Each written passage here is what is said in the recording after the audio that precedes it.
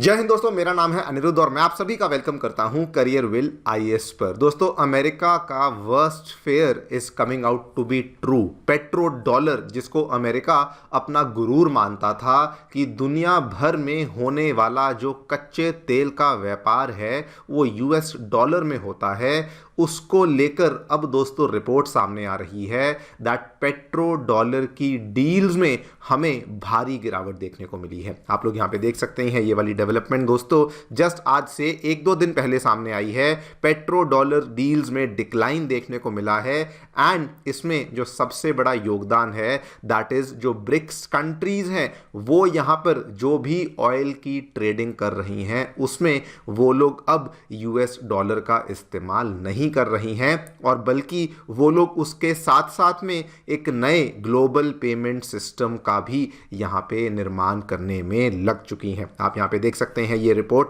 सबसे पहले तो वियॉन के द्वारा इसको पब्लिश करी गई है एंड ओवरऑल भी इस चीज को लेकर इवन वेस्टर्न कंट्रीज के द्वारा भी अब आर्टिकल्स छापे जा रहे हैं। वेस्टर्न थिंक टैंक्स भी इसके बारे में चर्चा कर रहे हैं कि जो पेट्रो डॉलर है वो असल में बहुत ज़्यादा दबाव के अंदर आ चुका है। This is a very very beautiful article. इसके बारे में डिटेल में मैं आगे चल करके चर्चा करूंगा कि क्या है ये पेट्रो डॉलर एंड क्यों यहाँ पे इस तरह की डेवलपमेंट्स हमें देखने को मिल रही हैं, क्या नंबर्स हैं, कितने लेवल पे पेट्रो डॉलर की डील्स में हमें गिरावट देखने को मिली है, इसके बारे में भी हम लोग चर्चा करेंगे। लेकिन मोर इंटरेस्टिंगली ब्रिक्स के द्वारा तो ये ऑलमोस्ट एक्सपेक्टेड ही था कि वो लोग इस तरीके से करने वाले थे बिकॉज बहुत टाइम से बातचीत भी चल रही थी। लेकिन दोस्तों यही वाला आर्टिकल जो आप देख रहे हैं इसमें इस चीज का भी जिक्र किया गया है।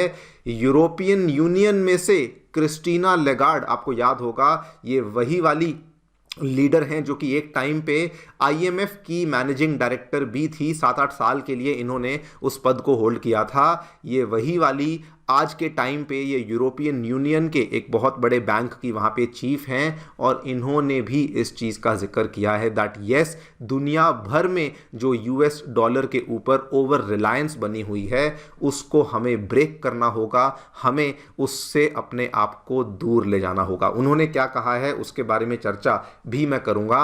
और दोस्तों सिंस हम लोग डी डॉलराइजेशन की बातचीत कर ही रहे थे, इवन दो ये टॉपिक डायरेक्टली पेट्रो डॉलर के साथ लिंक्ड नहीं है, लेकिन दोस्तों रशिया के जाने माने बैंक वीटीबी उसके chief executive officer Andrey Kostin के द्वारा ऐलान किया गया है दैट रशिया की जितनी भी सेटलमेंट्स होती हैं चाइना के साथ, इंडिया के साथ, ये वाली सेटलमेंट्स को अब नेशनल करेंसीज में बेसिकली कंडक्ट किया जा रहा है। ऑलमोस्ट 100% ऑफ रशिया सेटलमेंट्स अब दोस्तों ये लोकल करेंसीज में करी जा रही है। ये भी आप देख सकते हैं, रिपोर्ट जस्ट आज से 2 दिन पहले ही सामने आई है। इन्हीं सब चीजों के बारे में चर्चा करेंगे with main focus on petro dollar. क्या देखने को मिला है, क्यों नीचे आ रहा है, कितना नीचे आ रहा है, यूरोपियन यूनियन से क्रिस्टीना लेगार्ड ने क्या कहा है एंड रशिया के द्वारा जो डेवलपमेंट करी गई है वो भी आपको समझाएंगे। आइए शुरू करते हैं मेरे साथ। मेरा नाम है अनिरुद्ध। यदि आप लोग हमें फॉलो करना चाहते हैं तो दिए गए टेलीग्राम चैनल के माध्यम से ऐसा कर सकते हैं। दोस्तों आगे बढ़ने से पहले आप सभी को बताना चाहूँगा 2026 यूपीएससी प्रीलिम्स एग्जामिनेशन के लिए एक सक्सेस प्रोग्राम हम लोग आपके लिए लॉन्च कर रहे हैं जिसमें कि प्रीलिम्स सिलेबस की स्मार्ट कवरेज आपके लिए करवाई जाएगी along with the CSAT course. इतना ही नहीं, इसमें हम लोग आपके लिए पिछले 1 साल की करंट अफेयर्स कंपाइलेशन और साथ में पीवाईक्यू एनालिसिस भी करवाएंगे और इसमें हम लोग आपके लिए सेक्शनल और फुल लेंथ टेस्ट के लिए भी प्रोविजन आपके लिए प्रोवाइड करवा रहे हैं। अगर आपने इस कोर्स में एनरोल नहीं किया है जल्दी से करिए, लिमिटेड सीट्स हैं। इसका जो गूगल फॉर्म है वो नीचे आपको डिस्क्रिप्शन बॉक्स में अवेलेबल करवाया गया है। All right, directly coming to the news, क्या देखने मिला है। हिस्टोरिकली आपको थोड़ा सा पेट्रो डॉलर के बारे में बता दूं। बेसिकली होता क्या है कि दुनिया भर में अभी तक क्या होता था, जो भी ऑयल और गैस जैसी चीज़ें होती थी उसकी जो प्राइसिंग थी वो यूएस डॉलर्स में होती थी। भले प्रोडक्शन करने वाला कोई भी देश हो, आम तौर पे जो स्पेशली जो गल्फ कॉपरेशन काउंसिल में दिखने वाली जो स्टेट्स हैं जैसे कि कुवैत, सऊदी अरेबिया जैसी कंट्रीज़ हुई, ये उसका जो दाम है ये यूएस डॉलर में ही उसको डेजिग्नेट करती थी। इसका फ़ायदा क्या होता था कि जो भी पेमेंट्स होती थी वो यूएस के द्वारा कंट्रोल किए गए फाइनेंशियल इकोसिस्टम के थ्रू होकर निकलती थी, जिसका सबसे बड़ा बेनिफिट क्या था कि global demand for US dollar बनी हुई थी और वो ऑलमोस्ट एक परमानेंट चीज हो चुकी थी। ये वाली चीज को ही हम पेट्रो डॉलर कहते हैं, जो कि अमेरिका के द्वारा शुरू किया गया था। आज से लगभग 50-60 साल पहले की बात है, जब उन्होंने गल्फ कॉपरेशन काउंसिल की दो important countries Kuwait, Saudi Arabia को कहा कि आप ऐसा करिए, बदले में हम लोग जो हैं आपको मिलिट्री प्रोटेक्शन देंगे और हम लोग अपना जो सबसे एडवांस्ड हथियार हैं, सबसे एडवांस्ड जो वेपन्स हैं, वो भी आपको बेचेंगे। ये एक तरीके से गिव एंड टेक रिलेशनशिप थी जो कि अमेरिका और सऊदी अरेबिया के बीच में बनी हुई थी और इसी सिस्टम को पेट्रो डॉलर सिस्टम कहा जाता था। उसके बाद अगर कोई भी कंट्री हो, फिर भले वो इंडिया हो, चाइना हो, दुनिया की कोई भी कंट्री हो, उसको कहीं से भी अगर ऑयल खरीदना है तो उसको इस पेट्रो डॉलर सिस्टम के अंतर्गत ही तेल को खरीदना पड़ता था। लेकिन अब दोस्तों वो चीज बदल रही है, वो चीज अब सेम नहीं रही है। आप देखिए बड़ी बड़ी कमोडिटी डील्स, फिर भले वो एनर्जी, ऑयल एंड गैस की डील्स हों, मेटल्स की डील्स हों, फूड जिसमें कि कई सारे बड़े बड़े आर्टिकल्स आते हैं, उसका जो पेमेंट है it is now being settled outside the US dollar. Brazil, Russia, China, India जैसी कंट्रीज जो हैं वो लोकल करेंसी सेटलमेंट मैकेनिज्म्स का इस्तेमाल कर रही हैं। इनफैक्ट इसको लेकर जो रशिया, इंडिया, रशिया, चाइना का डेटा आया है उसके बारे में चर्चा करूंगा।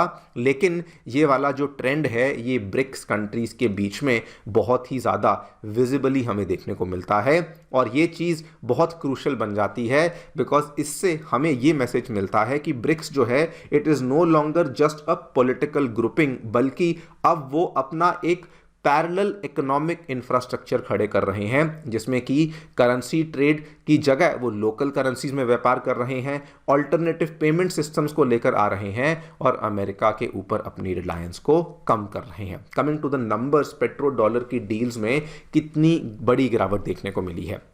अभी जो यहाँ पे नंबर सामने आए हैं, बताया गया है कि ग्लोबल ऑयल ट्रेड जो कि अभी तक 100% यूएस डॉलर पेट्रो डॉलर में ही होती थी, approximately 20% of global oil trade जो है उसको नॉन यूएस डॉलर करेंसीज में किया जा रहा है बाय 2025। और ये पहले like I told you 100% dollar में इनवॉइस बनती थी, लेकिन अभी ये ऐसा हमें देखने को नहीं मिल रहा है। और वैसे तो ये सबसे ज़्यादा स्ट्रॉन्गेस्ट न्यूमेरिकल इंडिकेटर है दिखाने के लिए कि यूएस डॉलर को लोग एक्सेप्ट नहीं कर रहे। लेकिन if this is not enough, और भी आपको आंकड़े दिखाता हूं। दुनिया भर में ग्लोबल फॉरेक्स ट्रेडिंग शेयर्स अगर बात करें, नॉट ओनली जस्ट ऑयल, यहां पे देखिए दोस्तों जो ग्लोबल फॉरेन एक्सचेंज की ट्रेडिंग वॉल्यूम होती थी उसमें एक टाइम पे ये 100% इसको करते थे, लेकिन एक अब जो है ये गिरते हुए 88% पे आ चुका है। अभी भी डोमिनेंट ही है, लेकिन आप देख सकते हैं एक डिक्लाइनिंग ट्रेंड यहां पर बनना शुरू हो चुका है। इतना ही नहीं, रिजर्व करेंसी शेयर्स, ये तो मैंने आपको बताया ग्लोबल फॉरेक्स ट्रेडिंग शेयर्स, लेकिन रिजर्व करेंसी शेयर्स मतलब कि कंट्रीज के पास जो बाहर की करेंसी होती थी वो आम तौर पे यूएस डॉलर होती थी, लेकिन आज के टाइम पे वहां पर भी हमें बहुत बड़ा डिक्लाइन देखने को मिला है। स्पेसिफिकली अगर आप देखें ब्राजील, रशिया, इंडिया, चाइना जैसी कंट्रीज तो 57 to 60% पे आसपास पे आ चुकी हैं, जो नंबर एक टाइम पे 70-75% हुआ करता था।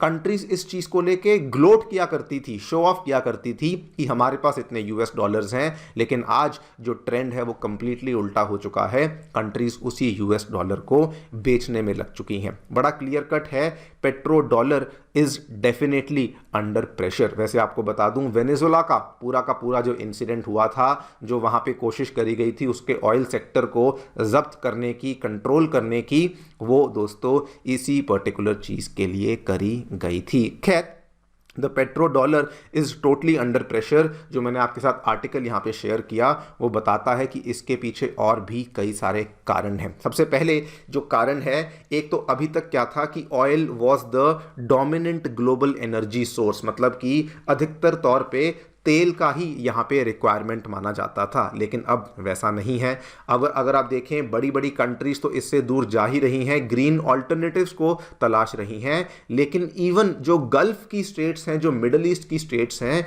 वो भी अब अपने आप को डाइवर्सिफाई करने में लग चुकी हैं। दूसरी बात, if this is not enough, जो कंट्रीज थी वो एक टाइम पे प्रेफर करती थी कि हमें डॉलर डिनोमिनेटेड एसेट्स चाहिए, लेकिन आज जैसा मैंने आपको यहां पे बताया ये कंट्रीज इस चीज को प्रेफर नहीं कर रही हैं। यहां पर भी आंकड़ा देखिए, डॉलर का share of global reserves it has declined from 71% to 56% since 2008। और इसमें अगर आप देखें, मैंने कितनी सारी वीडियोस बनाई हैं, चाइना, इंडिया, ब्राजील, उसके बाद इवन यूरोपियन यूनियन के भी कुछ कुछ ऐसे देश हैं जो कि अब अपनी यूएस ट्रेजरी होल्डिंग्स को कट करना शुरू कर चुके हैं, जिसमें ऑब्वियसली चाइना के द्वारा बहुत ही बड़े लेवल पे अपनी यूएस ट्रेजरी होल्डिंग्स को कट किया गया है। इन्होंने एक ही वर्ष के अंदर अंदर बिलियंस की यूएस ट्रेजरी होल्डिंग्स को कट किया है। सिमिलरली इंडिया ने भी 50-60 बिलियन के आसपास, ब्राजील ने भी ऑलमोस्ट एक साल में 50-60 बिलियन के आसपास की यूएस ट्रेजरी होल्डिंग्स को कट किया है। This is the third reason